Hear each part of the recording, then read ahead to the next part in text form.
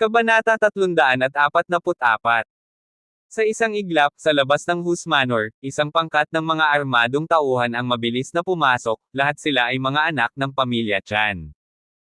Mga unipormeng panglaban, pamproteksyon na damit, salaming decollar, bote, at armas. Sila, tulad ng mga mabangis na hayop, ay mabilis na pinunit ang bibig sa labas ng manor ng Hu, at pagkatapos ay patuloy na sumugod. Ito ang mga taong bumaba mula sa larangan ng digmaan ng buhay at kamatayan, at lahat ay sinanay na mga anak ng pamilya Chan. Ito ang Changang Special Guard. Ay lapag na natin ang ating mga armas. Mga anak tayo ng pamilya Chan at sumuko na sa paglaban. Isang team. Tapos isang team. Parang war movie, ang ganda ng eksena. Biglang sumugod lahat ng armadong miyembro ng pamilya Chan at pinalibutan ang pamilya Ho. Makikita na 12 ng mga espesyal na sasakyan ang natipon sa loob at labas ng Hus Manor. Isa-isang tumalo ng mga mandirigma sa kotse, gumawa ng mga tactical na galaw sa pare-parehong paraan, at sumugod sa Hus Manor. Shong! Bantayan mo si Changang. Ibaba mo ang iyong mga armas at isuko ang paglaban. Napapalibutan ka, sumuko ka sa pagtutol.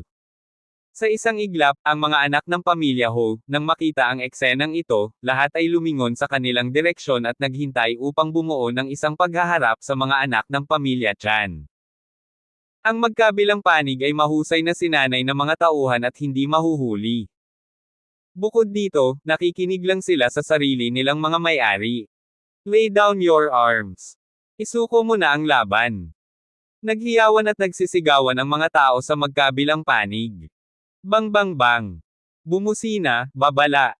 Nagulat ang buong manor ng pamilya Ho sa putok ng baril. Sa labas. Hakbang-hakbang. Boom! Umalangaw-ngaw sa buong Ho family manor ang tunog ng mesensi ng combat boots na tumutuntong sa mga puddles. Sa isang iglap, pinrotektahan ng isang pangkat ng mga personal na gwardya ni Mr. Chan si Lolo Chan, kabilang si Andrew Cheng, na nakaharap ang baril sa labas, o nakatayo o nakasquat, nagbabantay ng mabuti. Hindi tense ang eksena. Tila isang hininga lang ang kailangan para mag-trigger ng malaking salungatan. Malamig ang mukha ni Eleazar Ho at umungol, kunin mo lahat. Doon, sumigaw din si Master Chan, labanan. Sa okasyon ng isang malaking deal. Umatake si Arlan Pei, isang pagbabago sa hugis ng katawan, walang kamalay-malay na hinawakan ang likod ni Eleazar Ho, isang pilak na punyal ang sa kamay ni Arlan Pei ang sa kanya ay nakatutok, hinawakan ang kanyang leeg, malamig na ngumiti at sinabing, paumanhin, ang iyong mga bantay, tila masyadong mabagal. Nang matapos siyang magsalita, nakita niya na ang mga gwardya sa tabi ni Eleazar Ho ay isa-isang bumagsak sa lupa. Ang lahat ay hindi nakita kung ano ang nangyayari, at nakita siya na binihag. Unang hinuli ng magnanakaw ang talo ng hari. Napatulala si Eleazar Ho at hindi nang ahas na kumilos ng padalos-dalos, lumunok ng laway sa kanyang bibig. Umaagos din ang malamig na pawis. Si Andrew Cheng, tahimik na pinapanood si Eleazar Ho, at si Mr. Oliver Lee sa tabi niya na may hawak na payong. Malamig niyang sinabi, Eleazar Ho, ang iyong ama ay hindi nang ahas na tretuhin ako. Lalaki ka, ngunit kailangan ko pa ring sabihin na walang magiging pamilyang Ho sa Kyoto sa hinaharap.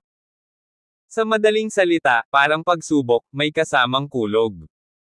Si Master Eleazar Ho ay nagngangalit ng kanyang mga ngipin ng mabangis, galit na tinitigan si Andrew Cheng, at sinabing may panunuya, Andrew Cheng, sa tingin mo ba ay sapat na iyon? Ako si Eleazar Ho, kami ang pamilyang Ho family, at nakaka-inspire na wala ka. Kung sasabihin mong hindi. Bahagyang ngumiti si Andrew Cheng, kinuha ang kanyang mobile phone, nagdayal ng numero, at malamig na sinabi, Old Can, abisuhan ang mga matatanda, at sabihin na hindi na kailangang umiral ang pamilya Ho.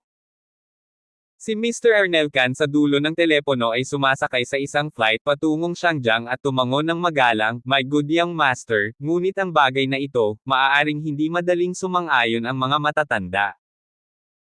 Walang pakialam na sinabi ni Andrew Cheng, okay lang, basta ipaalam mo sa kanila, na sinabi ko na ako si Young Master Andrew Cheng ay maglalaan ng daan-daang bilyong espesyal na materyales, at ang pondo ay inilaan kaagad. Ayos ito. Sagot ni Mr. Arnelcan at naghanda kaagad. Halos 5 minuto matapos ibaba ang tawag, natanggap ng buong pamilya Ho ang pinakamataas na notification sa telepono. Master! May nangyari. Sumugod ang kasambahay sa oras na ito, diretsyong lumuhod sa ulan, umiiyak, Master, ang telepono ng matanda. Pinindot ng housekeeper ang telepono at ibinigay kay Eleazar Ho. Ang mga kilay ni Master Eleazar ay mahigpit na nakalock, nang makitang lumabas ang numero sa telepono ng veterano. Kailangan niyang sagutin ang telepono. Sa sandaling dumating ang telepono sa kanyang tainga, ang tunog ng lumang Dragon Bell ay tumunog. Eleazar Ho, magbitiw ka na sa pwesto mo at bumalik sa iyong bayan. Ang pamilyang Ho ay inalis at ililipat sa Hilagang Kanluran. Isang layunin, biglang kumulog si Eleazar Ho na parang kulog, diretsyong lumuhod sa ulan.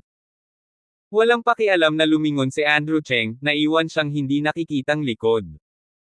Mr. Cheng, kailan ka pupunta para makipaglaro sa akin?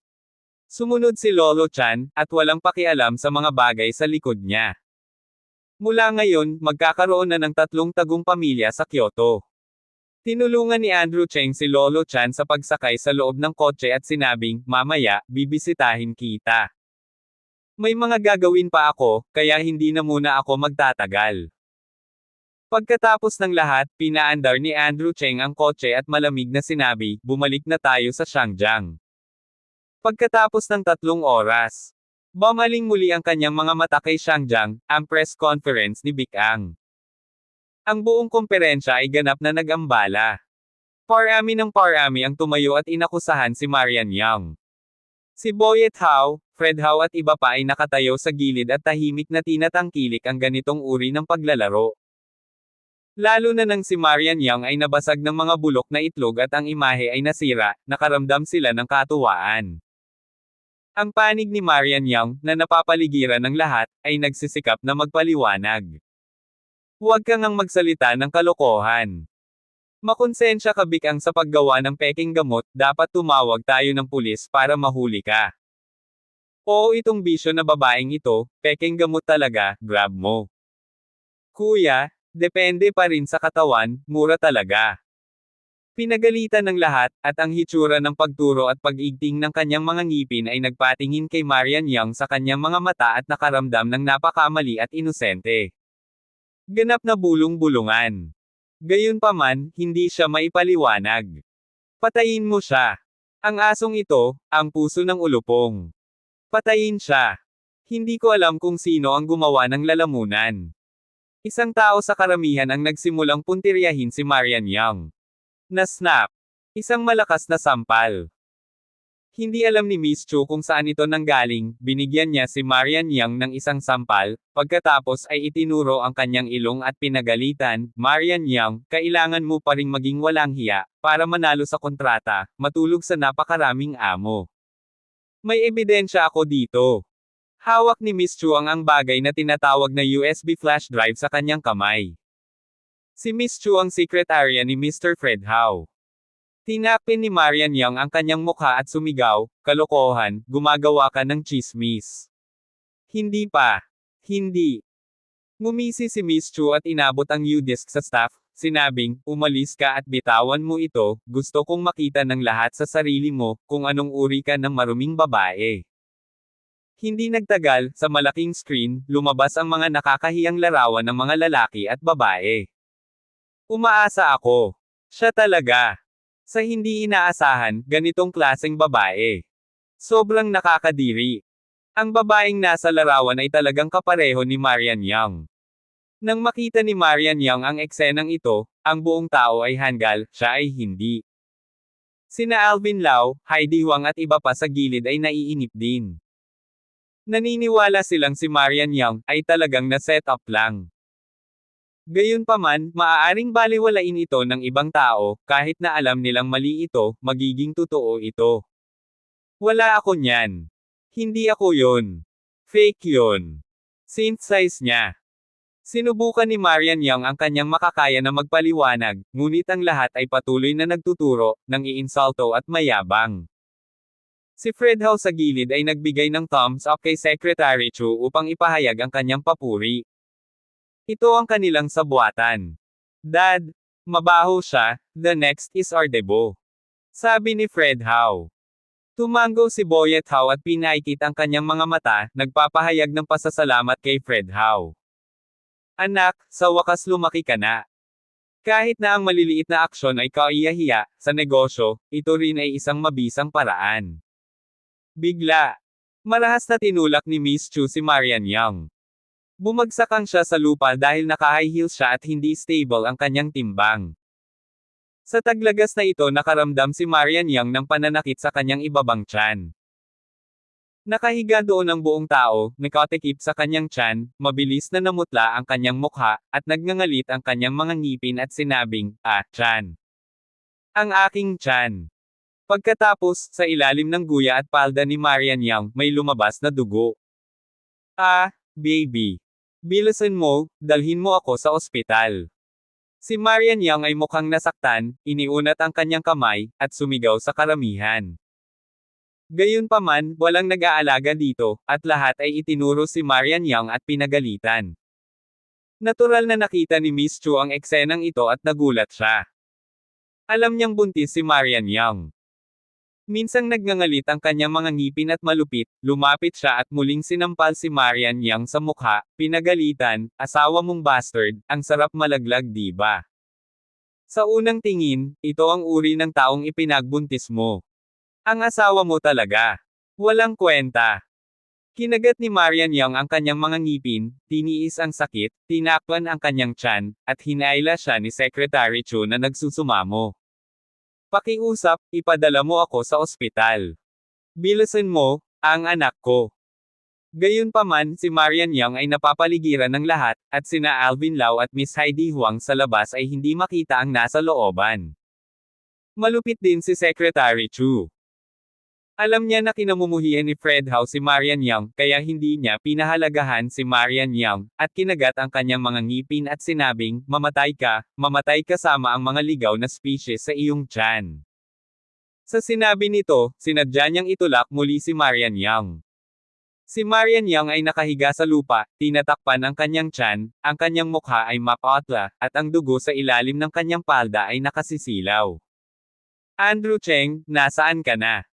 Hindi ka pa babalik. Ang baby natin, hindi na may tatago. Andrew Cheng, bumalik ka na, sobrang sakit na, baby, paprotektahan ka ni nanay. Andrew, nasaan ka na, kailangan mong iligtas ang bata. Andrew Cheng, bumalik ka kaagad. Pakiramdam ni Marian Young ay hindi na makayanan at direktang bumagsak sa lupa, puno ng malamig na pawis sa kanyang noo. Marian Young. Sa pagkakataong ito din na sumiksik si Alvin Lau sa karamihan at biglang kinilig. Tapos na. Ang eksenang ito ay natural na napansin ng lahat, at agad nilang itinigil ang pagmamadali. Gayunpaman, nanunood pa rin ng walang malasakit. Deserve it. Beach. The Born is also a beach. Iyon ay, ang ganitong uri ng conscious na babaeng negosyante, mas mahusay na Dom Aloy. Panay pa rin ang mga masasamang salita. Si Boyet Howe at iba pa ay nagpakita ng panunuya sa mga sulok ng kanilang mga bibig, na hindi inaasahan at hindi inaasahan sa kanila. Magandang daloy, sa kasong ito, si Marian Young ay tiyak na tinamaan ng husto. Kasabay nito, dumating si Andrew Cheng sa Shangjiang, at personal na dinala ng kotse ni Mr. Oliver Lee si Andrew Cheng sa Shangri-La Hotel. Mr. Cheng, 5 minuto na. Tiningnan ni Oliver Lee ang oras at tinansya ang layo mula rito hanggang Shangri-La. Tumango si Andrew Cheng, nakatingin sa gabi sa labas ng bintana, at sinabi sa kanyang puso, Marian, bumalik na ako. Sa pagkakataong ito, ikaw ang magiging sentro ng mundo. Kabanata 345. Sa press conference sa oras na ito ay isang gulo. Ang mga taong hinahanap ni Boyet Howe ay direktang humarang sa pinto, at pinalibutan si Marian Young at iba pa, at hindi sila pinayagang lumabas. At ang media na kinontak niya, walang habas na broadcast. At tahimik silang nanunood ng palabas. Paano naman ang seguridad sa pinangyarihan? Noong una pa man ay pinlano at binayaran na ito ni Boyet Howe at ng iba pa, at nawala ang tunog ng mga pangkalahatang benta. Saan na naman nagpunta si Miss Marjorie Lau? Nagkaroon ng aksidente sa katabing silid, haharapin niya ito, at nakita niya ang ganitong bagay nang nagmamadali siyang bumalik. Miss Young. Si Marjorie Lau ay nababalisa, mabilis na itinulak ang mga tao, tumakbo, niyakap si Marian Young, nakita ang mga mantsa ng dugo sa ilalim ng kanyang palda, at alam niyang malaki ang mga bagay. Security. Security. You'll give me a break. Umungol si Marjorie Lau, ngunit dose-dosenang mga tao ang nagtipon sa kanya, ang kanyang ekspresyon ay walang pakialam, at tinuro niya at pinagalitan. Si Alvin Lau, Heidi at iba pa ay nag-aaway din para sa kanilang mga dahilan, at kahit na marahas na kumilos laban sa gang. Ngunit walang pakinabang. Ang buong venue ay kontrolado ni Boyet Howe. Awayin mo ako. Lambing ka pa. Napangisi si Boyet Howe sa kanyang puso, ininom ang huling patak ng red wine sa baso, at sinenyasan ang lalaking katabi niya, magpadala pa ng ilang tao para guluhin ang lugar, pinakamabuting kunin ang sanggol sa tiyan ng babae. Oo naman boss. Agad na lumabas ng venue ang mga lalaking naka-black suit at tumawag sa telepono. Hindi nagtagal, isang grupo ng mga gangster na may hawak na stick ang sumugod sa parlor. Isang bastard. Sino si Marian Young? Fuck! Ang nanay ko uminom ng bikang mong gamot at namatay. Ang pinuno ay isang lalaking kalbo na may kasuklam-suklam na tingin, kumakaway ng malakas na may hawak na baseball bat sa kamay. Naghiwa-hiwalay ang nasa sabik at napapagalitan ng mga tao, at ang gang ng mga gangster ay nagmadaling pumasok upang makita si Marian Young na bumagsak sa lupa, at ang 6 o 7 tao ay nagtipon sa paligid niya. Damn! Itong babaeng to. Mukhang maganda, pero napakadilim ng puso niya. Mayabang na sumigaw ang kalbo, iwinagayway ang kanyang kamay, at sinabing, mga kapatid, bugbugin ninyo ako. Patayin ang itim na negosyanteng ito. Ang mga salita ay dapat lamang mahulog, at ang 7 o 8 kapatid na lalaki sa likod niya ay nagmamadaling umakyat. Nabalisa si Alvin Lau at biglang tumayo. Inilipat niya sa kamay niya ang folding iron chair ipapalo sa kalaban at sumigaw, I think you dare. Sa likod niya, may isang lalaking assistant na sumugod din palabas at tumabi kay Alvin Lau. Si Alvin Lau ay pinagkatiwalaan ni Andrew Cheng na alagaan si Marian Young habang wala siya, ngunit hindi niya ito nagawang protektahan, na naging sanhi ng ganoong sitwasyon. Kung wala na ang bata sa tiyan ni Marian Young, siya, isang tiyuhin, ang may kasalanan, at gusto niyang mamatay. Damn! Wala talagang takot sa kamatayan. Ang kalbong lalaki ay umungal at lumaban gamit ang isang baseball bat.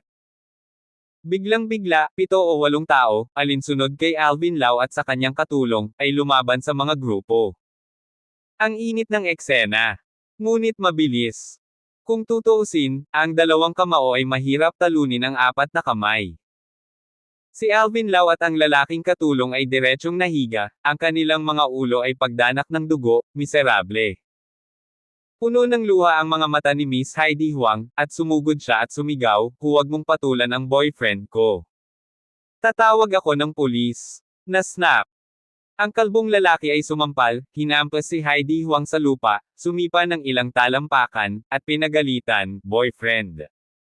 Si Marian Young lang ang hinahanap namin. Ngayon, kung maglakas loob kang makipagnegosyo sa akin, kukunin ko ang sinuman. Ang kanyang dagindong, lahat ng mga taong nanunood sa masiglang bahagi ay parang mga ibon at hayop, ay mabilis na tumakas, upang maiwasang magdulot ng kaguluhan sa itaas na bahagi ng katawan. Just kill her. Sloth. Iyon ay, hindi pinapansin ng aking konsensya, ang mahalaga lang ay kumita ng maruming pera, ngunit gusto kong mamuhunan kung ako ay matatalo. Ang bikang ay isang cancer. Ang pagkabangkarota ay ang pinakamahusay. Isang grupo ng mga tao ang nakatayo sa isang tabi at hindi nakalimutang maghulog ng bato. Ngumisi ang kalbong lalaki at lumakad papunta sa lupa, mukhang namumutla, at si Marian Young na nakabawi sa kanyang malay. Ikaw si Marian Young. Eksakto, kung mawalan ka ng pera o mawalan ng buhay. Ngumisi si kalbong lalaki. Hindi na ito makita ni Miss Marjorie Lau sa gilid, bumangon siya, at malamig na nagtanong sa kalbong lalaki, sino ang nagpapasok sa iyo? Ito ang intensyon na humanap ng gulo. Na-snap.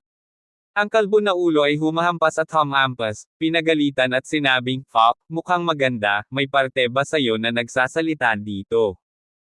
Bakit, gusto mo pa ba ang duyan sa kapatid mo?" Ang sampal ni Miss Marjorie sa pisngi ay namumula, ang kanyang mga mata ay nagluluwa ng apoy, sumisigaw, seguridad. Gayunpaman, walang lumabas na security guard. Alam niyang masama iyon. Sa likod nito, dapat may nagtuturo at pasimuno sa gulong ito.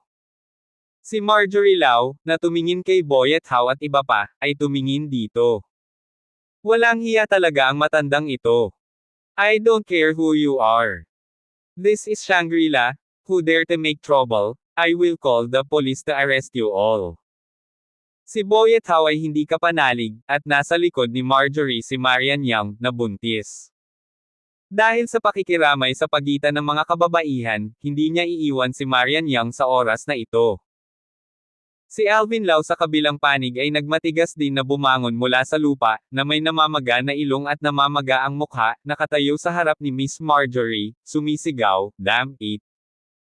Little Bonnie, halika rito, magkaroon ng kakayahang patayin si Lao Su." Nagalit si Baldhead, hinawakan ang kanyang ulo, at sumigaw, "Tawagan mo ako. Sampelan mo lang ako." Isa na namang matabang bagbog iyon hanggang sa hindi na makabangon si Alvin Lau.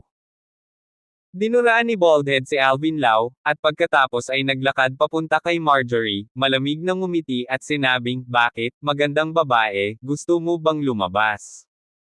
Natatakot ka bang patuyuin ko ang iyong mukha?" Nang makita ang kabilang partido ng hakbang-hakbang, natakot din si Marjorie Lau at umatras ng ilang hakbang. "Hatakin mo ako pataas!" Sumigaw ang kalbo, sumugod ang nakababatang kapatid sa likuran niya, sinunggaban ng isang tao si Miss Marjorie, dalawang tao ay malupit na hinayla si Marian Yang mula sa lupa. Na-snap. Sa isang sampal, ang kalbo na ulo ay nagpaypay at umaktong nagngangalit, "Miss Yang, namatay ang aking ina pagkatapos uminom ng gamot ng iyong kumpanya. Paano mo ito haharapin?" Si Marian Yang ay mahina na ngayon at may cramp sa kanyang lower abdomen. She said, "Our company's medicine. Never been. Walang nangyaring aksidente, sino ka? Sino nagpadala sa'yo? Patay ako kapag nagkamali ako." Palihim na sinulyapan ng kalbo si Boyet Hao sa sulok ng gilid, at pagkatapos ay diretsyong sinabi, "Magpapaypay ako hanggang sa aminin mo." Na-snap. Na-snap. Ang buong meeting room ay biglang umalangaw-ngaw ng malutong na palakpakan. Si Marian Yang, na dumaranas ng hindi makataong pagpapahirap, ay nagmamatigas pa rin sa kanyang mga ngipin. "Anong ginagawa mo, bakit mo binubugbog ang anak ko?" Sa pagpupulong din na ito, sumugod si Aling Marte kasama ang isang grupo ng matatandang babae. Nakita rin niya ang kanyang anak na binugbog sa kanya noong siya ay unang dumating. Masakit ang puso ng nanay na ito. At saka, nang makita niyang may dugo sa mga binti ni Marian Yang, bigla siyang natakot. Ang kalbong lalaki ay itinulak palayo ni Aling Marta, at siya ay natisod, nagmumura, "Damn! Nasaan ang matandang ito?" Ay nalalaya ni Aling Marta ang gumuho na si Marian Yang na may luha sa kanyang mga mata, nasa sabik at natatakot, "Marian, Marian, kumusta ka? Huwag takutin si nanay." Nanghina si Marian Yang at nahulog sa mga bisig ni Aling Marta, "Ulong, Nay, ang baby. My baby." Kapag nagsasalita, ang mga maselang maliliit na kamay ni Marian Yang ay nakadikit at nakahawak pa rin sa kanyang tiyan. Tumingin si Aling Marte kay Marian Yang, bumuhos ang mga luha, at sumisigaw, "Damn Andrew Cheng! Paano ang iba? Sa oras na ito, saan napunta ang kanyang bastard na manugang? Anak, sinabi ko kanina, si Andrew Cheng ay isang Wallace Star, ikaw huwag kang makinig." Nakaramdam ng pagkabalisa at pagkamuhi si Aling Marta. Sa sandaling ito, inilagay niya ang lahat ng kanyang galit sa ulo ni Andrew Cheng.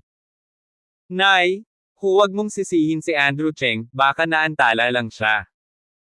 Iniisip pa rin ni Marian Yang si Andrew Cheng sa bandang dulo. Anong oras na, kinakausap mo pa siya, wala akong pakialam, dapat hiwalayan mo na siya sa pagkakataong ito, anong klaseng lalaki ba siya? Galit na galit si Aling Marta. Dadalin ka ni Mama sa ospital. Nalungkot si Marte Pinin tungkol sa kanyang anak, at gusto niyang iwan si Marian Yang. Ngunit, boom! Diretsong sinipa ni Baldhead si Aling Marta, sinipa siya ng pasuray-suray. Damn! Old stuff! I warned you. If you dare to intervene, papaluan din kita. Agresibong itinuro ng kalbo si Aling Marta at pinagalitan. Ngunit sa sandaling ito, diretsyong lumuhad si Aling Marte sa kalbo na ulo at humingi ng awa, itong malaking kapatid na lalaki, mangyaring hayaan ang aking anak na babae at ipadala muna siya sa ospital, okay. Na-snap. Muling sumampal si Baldhead at galit na sinabi, utot ka. Mas mabuting pang mamatay siya. Ngayon kung hindi niya inaamin na nagbebenta siya ng pekeng gamot si Bikang, walang sino man ang makakaalis. Kasabay nito, dahan-daang huminto ang pangkat ni Mr. Oliver Lee sa tarangkahan ng Shangri-La. May kabuuang 12 itim na Mercedes-Benz na sasakyan ang handa nang pumasok sila sa Changjiang madaling araw. Bumaba si Mr. Oliver Lee sa kotse, magalang na binuksan ang pinto, at lumakad para salubungin si Andrew Cheng. Sa daan, tinatawagan niya noon si Miguel Bay at ang iba pa, ngunit hindi siya makakonekta. Ito ay kakaiba. May nangyari ba sa press conference? Noon lang, may lumabas na figure mula sa gate ng Shangri-La. Si Miguel Bay, na puno ng dugo, ay tinadtad ng maraming kutsilyo, at direktang lumuhad sa harap ni Andrew Cheng na nagsasabing, Cheng. Mr. Cheng? Kami ay nasa ambush, ang hipag. Nahihirapan si hipag. Pagkasabi nito, bumagsak si Miguel Bay. Nagulat si Andrew Cheng. Tumalo ng talukap ng mata. Sa sandaling ito, nakaramdam siya ng matinding lamig. Marian. Ang kanyang mga mata ay kasing taas ng isang sulong, at tumakbo siya sa lugar ng kumperensya na nakataas ang kanyang mga paa. Abangan ang mga susunod pang kabanata ng Ang Manugang Kong Trilyonaryo. Para sa higit pang mga update, mangyaring mag-subscribe sa aking YouTube channel at huwag kalimutang i-like at i-share. Salamat sa inyong walang sawang suporta.